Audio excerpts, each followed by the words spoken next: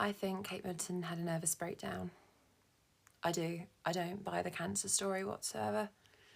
As you all know, in 2023, things weren't looking that good for William and Kate. I remember at the polo match in July 2023, he walked off and he left Kate and her face dropped like, oh, you're going, are you? And her, just the sadness in her face, like, oh, were we just posing for a few photographs and your mask has slipped already? And she's just so disappointed, like, oh, I thought you were going to be nice to me for a moment, and it just didn't last. And then we had the Royal Ascot in June as well, and she was really trying to communicate and connect with William that day, and he just wasn't buying it. She kept touching him and he just wasn't reciprocating her touch whatsoever, and he was always looking at everyone else. He wasn't looking at her. He kept looking behind and smiling at everyone else apart from Kate. And it looked painful to watch, it did. It looked really, really painful. Like, this isn't a happy couple. This is two people in an unhappy marriage. And then we got to December and all this hullabaloo about the ambulance and the blue flashing lights being called and the convoy. And then we get Kate admitted to the London clinic, supposedly, for planned abdominal surgery. And they say it's non-cancerous. And then actually, cancer was found present. And then they said that she needs to undergo a adjuvant chemotherapy to keep it at bay. And then she appeared at Troop in the Colour. And then she did the family video. And then she went to Southport and everything.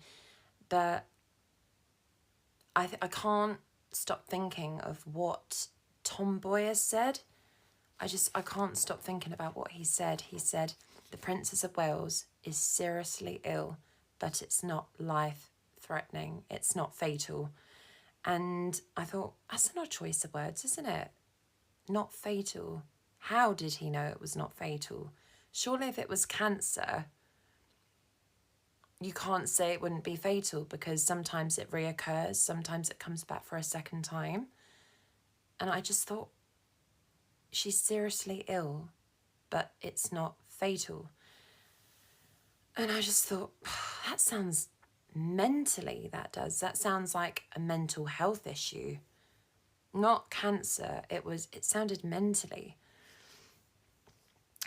And I just thought, it's like he knew that she wasn't going to die. He knew that it wasn't cancer. It was a nervous breakdown, and you're not going to die from that, because they obviously stopped her.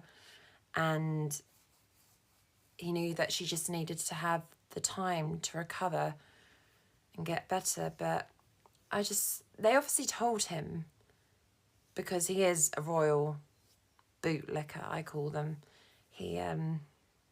He likes to creep around the royals, I've noticed, and he's very anti-Harry and Meghan. But I just thought that was really, really odd. Like, I know why she's ill and why she hasn't been seen, and it's not fatal, meaning I know she's had a nervous breakdown, but she's not going to die from that. And many people have messaged me and said to me, I actually thought it was a mental breakdown, they said. She had to go to rehab, and due to the domestic violence in her marriage with William, apparently he's got a shocking temper, always beating her up. Every time he touches her, she flinches. So I have seen a video when they were looking at the Queen's flowers after she passed away, and he touched her, and she swung around like, don't touch me. And I thought, ooh. And I didn't think anything of it at the time, but when someone said to me, oh, there's domestic violence, I thought, oh.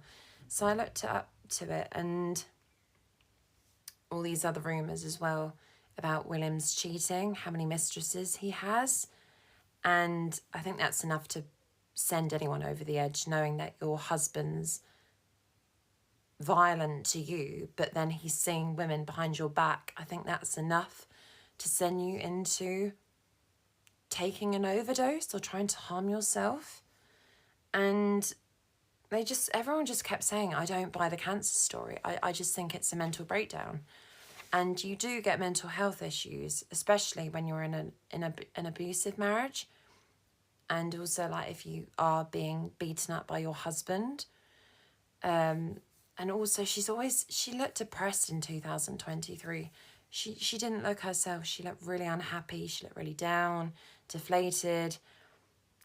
And I think at Christmas time, I think he just said, like, I don't love you anymore. I want a divorce.